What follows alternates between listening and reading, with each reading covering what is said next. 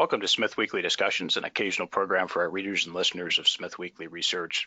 Please note this program is a private discussion and everything contained herein is for entertainment and educational purposes only. With that, we hope you're in a comfortable position, along with your favorite beverage, to enjoy the discussion. We remind our audience to examine the show notes attached to each of our shows to better understand how our program functions. Before we get into our discussion, we want to say thanks for questions coming from our audience of SmithWeekly, including Cindy W., Paul M., and Jackie A. On the show today is Darin Labrenz, President, CEO, and Director of Pure Gold Mining, a Canadian gold developer in process of constructing the Madsen Gold Project in Red Lake Mining District, Ontario.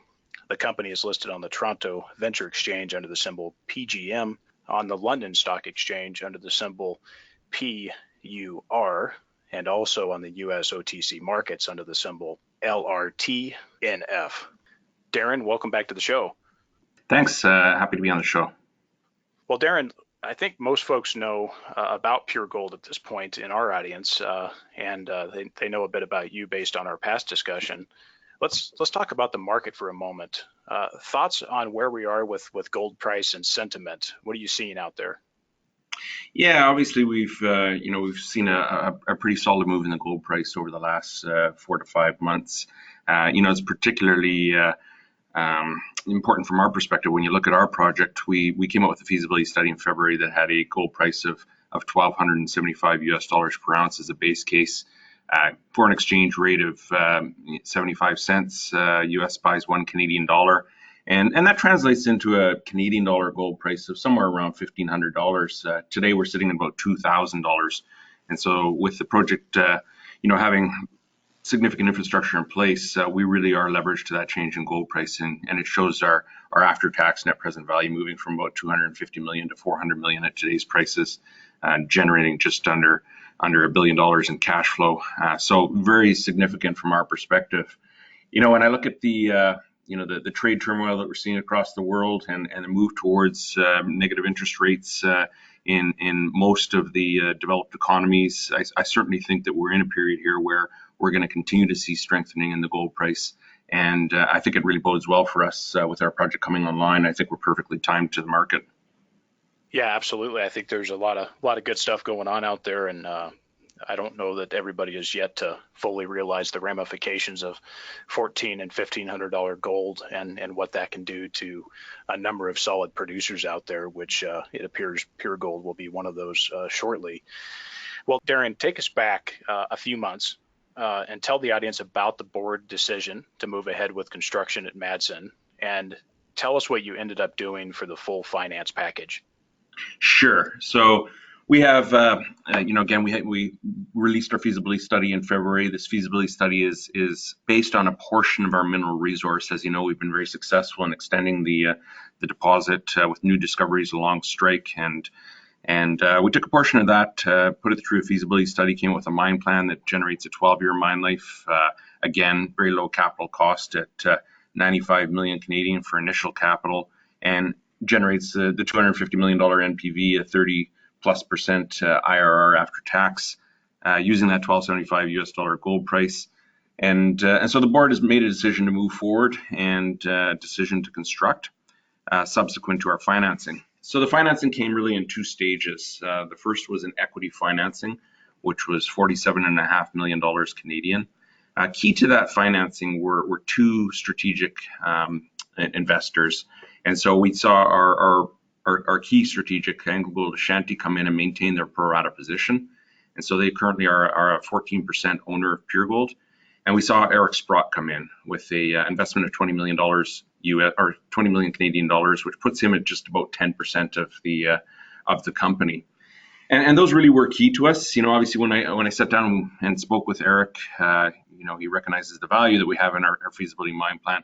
But a real key driver for him was the opportunity for transformative growth. And so what do I mean by transformative growth? Well, really, you can look to his experience with Kirkland and the Macassa mine, or more so the Fosterville mine. Fosterville was I guess you could say many companies broke their pick on it, trying to move it forward. And it really was initially Newmarket that started drilling deeper down in the deposit, and ultimately Kirkland, who's realizing the value of increasing grade with depth, and that's turned turned into be a real cash cow. We've got the same sort of situation just to the north of us at the Red Lake mine. I was there as chief geologist in the mid-1990s when they were starting to drill the high-grade zone. That transformed the Red Lake mine from a 50,000 ounce producer at sub 10 grams to a 550,000 ounce producer at 77 grams. And that discovery was made in the heart of the deposit. We feel that at Madsen Red Lake, we have the exact same opportunity.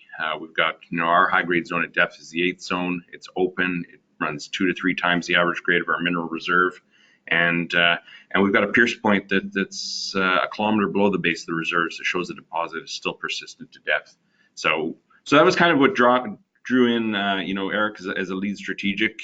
We followed that up with a project financing package with Sprott Resource Lending. That package includes a $65 million US debt facility and a $25 million US callable gold stream. The callable gold stream we've received the proceeds for, and it requires us to effectively transfer over 5% of production at 30% of spot price. But important to us, it is callable with a couple call dates 2 and 3 years out where we can repurchase the entire stream back. So collectively, we've got a 95 million US debt package. We raised 47.5 million in equity. Today, we're sitting on just under 90 million Canadian in cash as we commence construction, and we've got 55 million US in undrawn debt in that facility. So there were a couple criticisms for the terms of parts of the financing, mostly on the grounds of the gold price when the terms were announced. But the shares, obviously, the shares moved around a little bit there. But any comments on those criticisms? Yeah, I mean, with respect to the timing of our equity financing, it was pretty clear to the market that we were moving forward to production and development of our asset, and I think to a sense we had a bit of an overhang on our share price. Clearly, we don't have a crystal ball. We had no idea which direction the gold market's going to go, and it could change in any given day. For us, the balancing there was looking at the opportunity of the quality of the shareholders we were bringing in. And so I mentioned Eric Sprott, AngloGold Ashanti. These are key strategic shareholders, whom, along with Newmont Goldcorp and Rob McEwen, collectively hold over 30% of the company. That was a real value driver for us, and these are shareholders that are supporting us as we move the project through into production. We also saw some significant institutional investment in that equity raise, and importantly, the combination of the equity raise and the project financing facility gives us a lot of flexibility so that we can continue to explore, continue to drill, and continue to show that growth potential that we see on the project as we move forward into construction without being concerned about moving our working capital too low as we bring in the first gold pour towards the end of next year. Right, and I think the big picture here is what stands out, and I would just point out that here the critics must have some high grade crystal balls because not too many had predicted such a move in the gold price. It's a little hard, I would say, in the capital markets to hold out for such perfect conditions to pull the trigger on such a construction finance raise. And so I think that it was well timed in general, and you guys will be there to take advantage of pricing. So you just went over it. I think we can skip. I was going to ask you about major shareholder ownership post financing. Now, did Newmont Goldcorp, did they participate anti-dilution or what happened with that?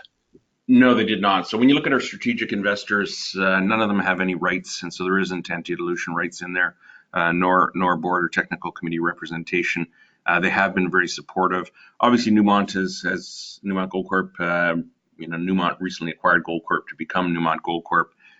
They've recently announced a process on the Red Lake mine. And so, as a consequence of that, they did not participate in this financing. Okay, yeah, that sounds good and interesting information there. And the shareholder roster remains to be quite impeccable with what you guys have there and what you've been able to accomplish. Well, take us. Let's step forward a little bit and let's go through the procurement process, Darin. How did you go about getting proposals for construction? Who are the major players that the company decided on for the work?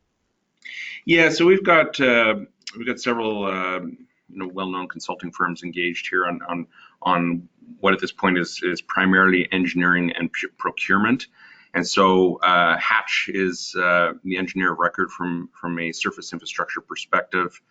We've got Knight Piezold on tailings, and we've got Dumas mine contracting engaged for the detailed mine engineering.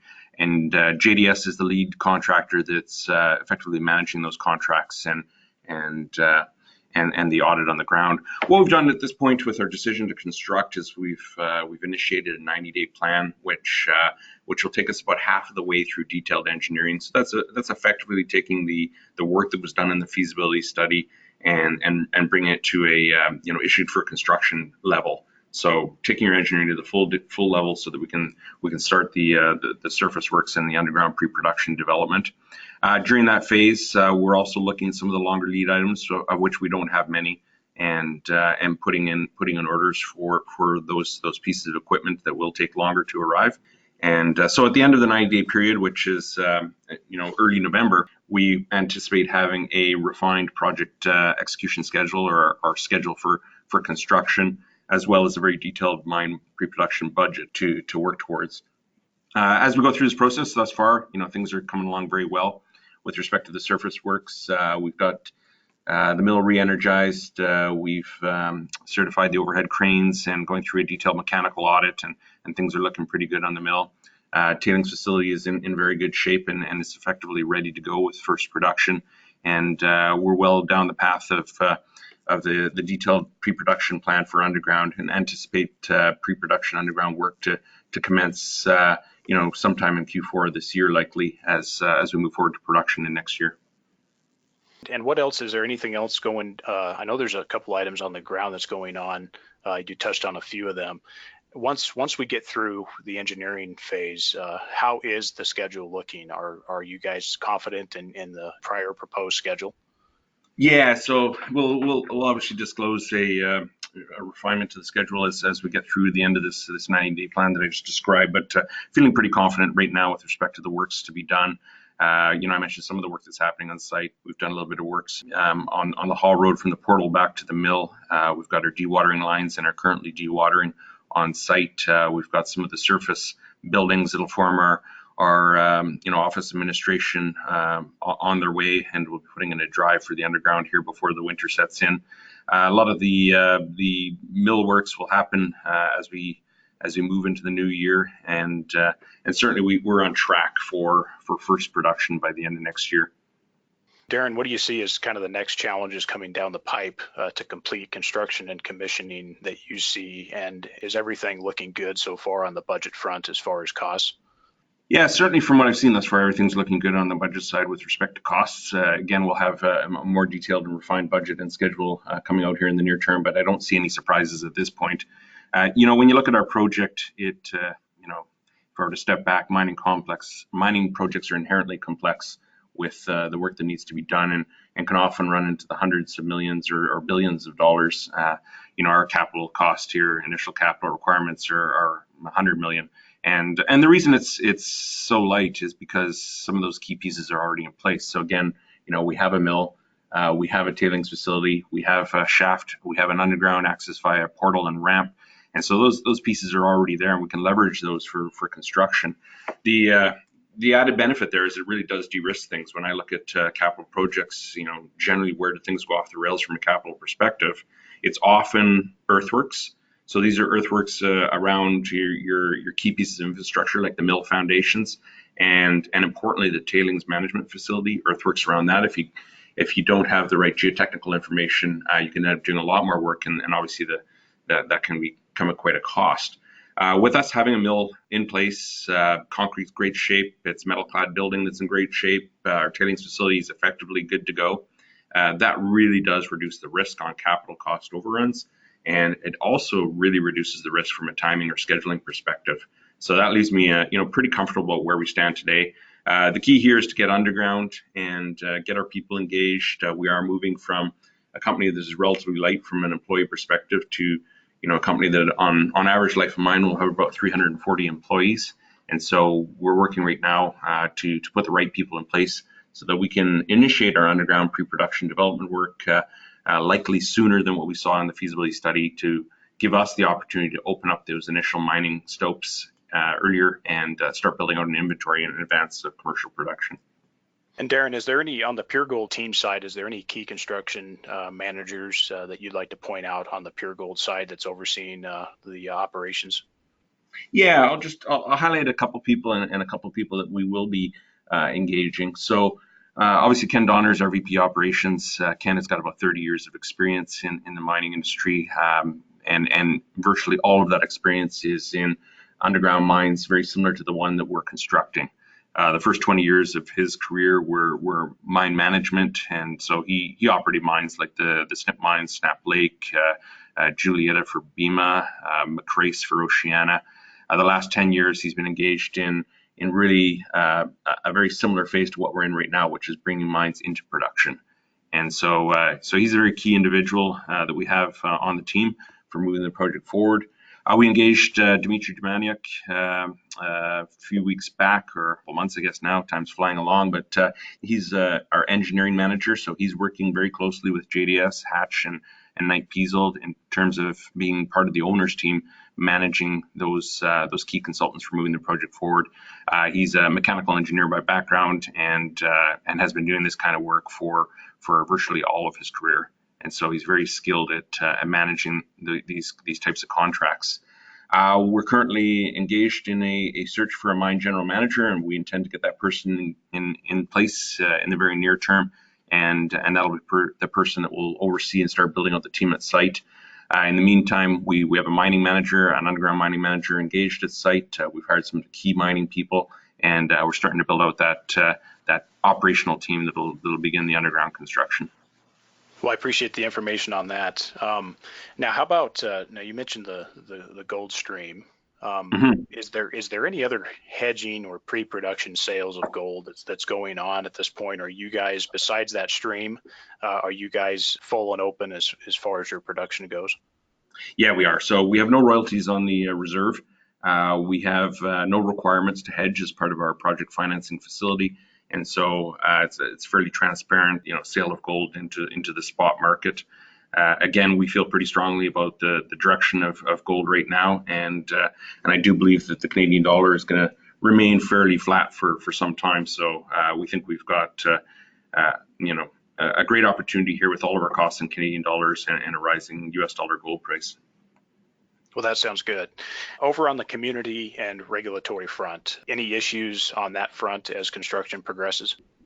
No, certainly Red Lake is it's a very well-established mining community. Gold mining has been occurring in the area since effectively the area was founded back in the 1920s.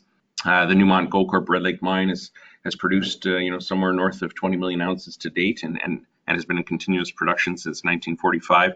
So there's been, I would say, a real buzz in the community about a new operator in town, and we've been generating a lot of excitement. There's been a fantastic response to our search for some of the skilled labor that we'll require to build the mine, and thus far, the community interaction we've had has been fantastic. We recently, I guess in July, signed a project agreement with two First Nations, Lac Seul and Wabascang, bringing them as partners on the project. And we're really excited about that, working with them to move the project forward. From a regulatory permitting perspective, we are permitted as a mine in Ontario, but those permits were issued initially in the 1990s, and we're amending them to reflect our mine plan and regulatory changes since they were initially issued. There's really three key permits, if you will.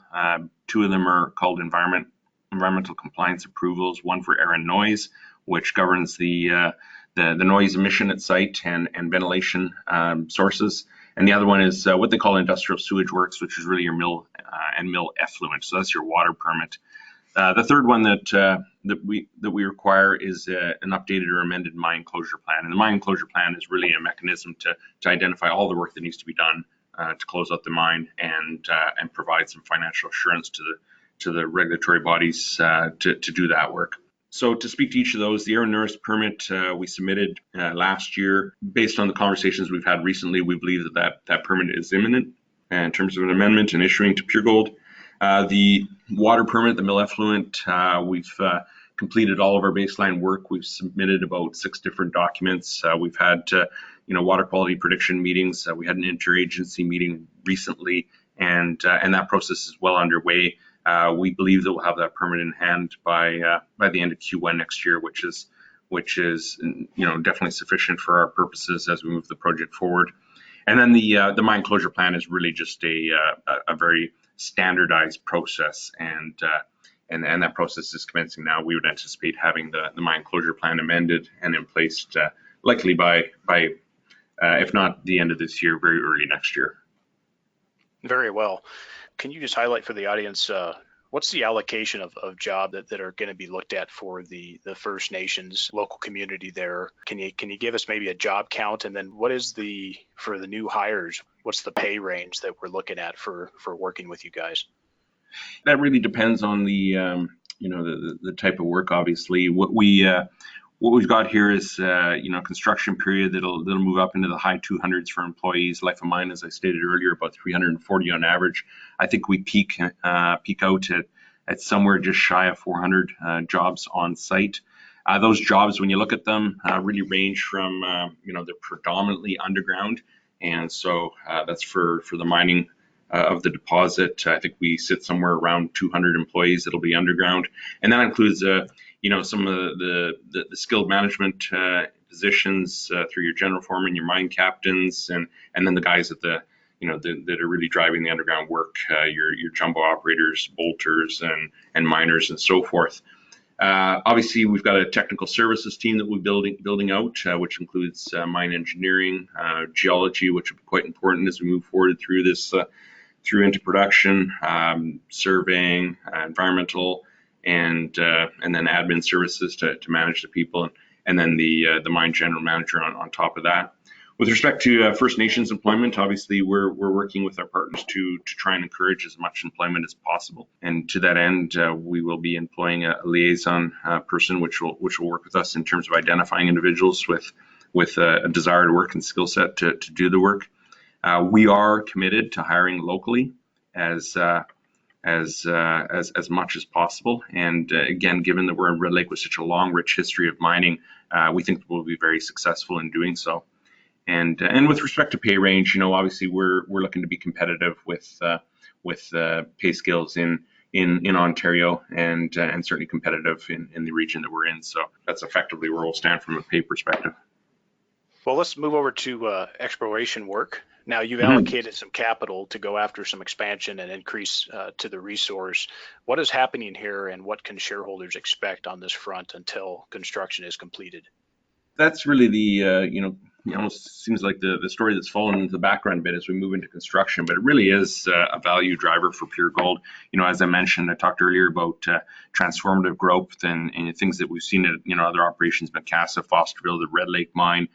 Even when you look at West Dome and the work they're doing at Deep Kena, a lot of these greenstone gold deposits, they have very deep roots, and often they can be quite a bit higher grade as you move down in depth. We've been focused over the last few years in looking at the lateral extensions to the very large Madsen mineral system, and we have been quite successful with discoveries to the south at Fork and Wedge, as we call it. With discoveries to the west, the Russet South, which really is the up-dip continuation of our high-grade zone, the 8 zone. We continue to do work on those extensions. Obviously, they're not incorporated in our feasibility mine plan, but we do see an opportunity here with further work to potentially bring them forward and bring them into a future mine plan. And obviously, any ounce that we can add to the reserves is highly accretive, given that the infrastructure will already be in place. Another target area that we're looking towards that we put out a release last week is what we call the gap between the deeper 8 zone and our Russet South, Fork, Wedge footwall resources. So I'll step back and describe that for a moment. When you look at the 8 zone at depth, the 8 zone again runs 2 to 3 times higher grade than the overall reserve. We've got an indicated resource in the 8 zone that's 485,000 tons at 21 grams per ton gold. And so clearly it drives a lot of value in the mine plan. It is open up and down plunge. When you look towards surface, Russet South is effectively the up-dip continuation. So if you point it up, you're in that mineral resource. And it shares the same geological characteristics. near these mafic, ultramafic contacts, dark gray quartz veins, lots of visible gold. And it's the exact same rocks, the same structure, and the same style of mineralization you see at the high grade zone in the Red Lake mine as well. So we're really excited about this target environment. We've got proof at depth of a high grade reserve, and at surface we've got resources at several areas in that same geologic environment. We put a hole in, a bit of a wildcat hole, if you will, and testing midway between Russet South and the 8th zone at 750 meters up plunge of the 8th zone. We intersected 20 meters of intensely altered rock, the same gray quartz veins, 20 occurrences of visible gold. Didn't quite get the high grade that we were hoping for with 20 meters at 2 grams or 2 meters at 5 grams. But the important thing here is it really is, demonstrates beyond a doubt that that environment has persistence. We see it at depth, we see it at surface, we've gone right in the middle, and we've got a strong mineral system in place there. And so it's an area that we're really excited about continuing to explore, looking for that next high-grade discovery. So we've got a budget this year that's about $5.1 million. We're drilling 20,000 meters, a combination of some of this more exploratory drilling into the gap area, as well as infill and step-out drilling on our known mineral resources near surface. And we're in the process right now of budgeting for next year. And so what I can say is, we haven't approved or reviewed a budget as yet for next year, but we're determined to keep drilling as we move forward through construction and into production. And the financing, again, that we've completed gives us that flexibility to do so. And Darin, with the extra work there on expanding, what's management have in mind? What's internally being discussed as far as where you guys are headed with a target size and a mine life size, given that depletion will probably start happening once you guys are commissioned and going next year. What's kind of a long-term target that you guys are really looking at going after? Great question. So this is obviously a forward-looking statement, but I'll talk about mine life first. When you look at our feasibility mine plan, we've got a 12-year mine life that peaks out at 125,000 ounces, shows 5 years of production that exceeds 100,000 ounces. This is a portion of our mineral resources I stated earlier. And so when you look at our extensions, we've got about just shy of 500,000 ounces there that's not currently in a feasibility study or in a mine plan that's open. So we continue to drill there with the goal of ultimately not only extending mine life, but looking at an opportunity to potentially scale the plant and impact the production profile. And so, on average, we're producing just shy of 100,000 ounces in the feasibility mine plan. Our goal here is to show 10 years of production that's, somewhere in that 100 to 150,000 plus ounces per annum. And we think we have a pathway to do that with further work on the mineral extensions near surface. And so that's kind of priority number one. Priority two is, when you look at the mine life itself, my view is that this is not a 12-year mine. This is has the potential to be a multi-decade mine. And so why do I say that? Well, when you look at our mineral reserve, we drilled a hole in 2017 at the base. It forms an anchor point for our reserve, if you will, that returned 34.6 grams over 4.3 meters. It sits at 1.3 kilometers vertical. And so it shows the system is very strong at the base of our reserve. We've got a hole that was drilled, I guess about 9 years ago now, that intersected the deposit at 2.1 kilometer depth. And when you look at that rock, it's got the same alteration, the same style of mineralization. It ran 0.5 ounce over 2 meters. And again, it shows that the system has, deep roots. It's in place. You lay that rock out next to what we test mined at 150 meters depth from our ramp, and it's identical. And so there's a 1 kilometer plunge line between those two anchor points. If you look at the top part of the mine, we've got an endowment of about 3,500 ounces per vertical meter. So if you wave your arms a bit and you do the math, 3,500 ounces times 1 kilometer is 3.5 million ounces. And so we think that kind of potential exists right below the bottom of our reserve. Clearly, it's quite expensive to drill from surface, but we'll be down there in year 3 at 800 meter depth. We'll be setting up the hang wall. We'll be starting to drill off that potential. And we're really excited about starting to show that deep upside at the Madsen Red Lake mine. So step out along lateral extents, looking to impact the production profile, and longevity to us is pretty clearly evident by the anchor points that we have in the mineral resource itself. Appreciate your insights on that. Now, with the production profile that's anticipated with commissioning and ramping up, once you guys start cash flowing at the current profile, what's going to be the focus? Let's just say that gold stays at 1275 or more. What will be the focus? Will it be a focus of using that cash flow at that point to drive down some of the finance side, or will more money be placed towards expansion? What's kind of the plan once you guys get to a sustainable situation?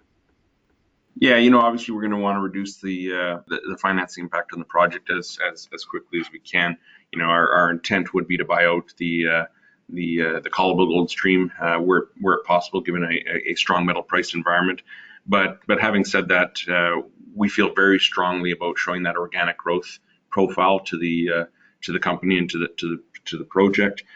To that end, when you look at our feasibility plan, we have a pretty healthy drilling budget in there that we continue to try to convert inferred into a mineral reserve within the footprint of the feasibility plan, if you will. And our intention is to continue to redirect some funds to exploration activities, because again, we think there's an opportunity here to bring those ounces forward and through a scaling of the plant, show a impact on production profile and cash flow moving forward. Darin, how comfortable does management feel if we're at 1275 gold and you guys are producing as intended?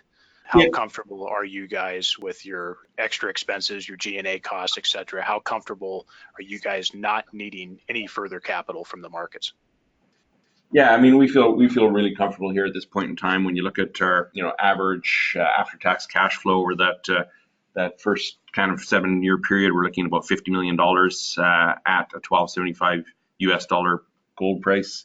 Life of mine about 537 million. And so we certainly have enough buffer there to cover off on working capital, corporate G&A, and some exploration activities at 12.75 and even lower than that, to be quite frank. Obviously, again, we're very leveraged to gold price. And again, today we're looking at about $850 million in cash flow, life of mine. And so we think that we're going to be in a very strong position given how quickly we're moving this project into first gold pour. And at current prices and higher prices, obviously, even with all the other activities, you really see the rest of that just going to the bottom line. Yeah, I mean, I guess one thing I would say is we're quite an ambitious group. Obviously, our focus right now is to bring this project in and execute successfully. We see real organic growth opportunity here with the mineral resources that we have identified along strike of the main part of the deposit. I've talked about long-term growth down plunge, where we have an opportunity for transformative growth. And so we're quite excited about the potential of this very large land package. I don't think I have a real desire to be a single asset producer. And so obviously when we get into commercial production and have things operating smoothly, we would be looking to grow the company. Absolutely. If something doesn't come along before that, absolutely, I agree. So for potential investors who are on the sidelines listening, what would you say to them at this stage and at current price levels at Pure Gold? Why should they look at Pure Gold now?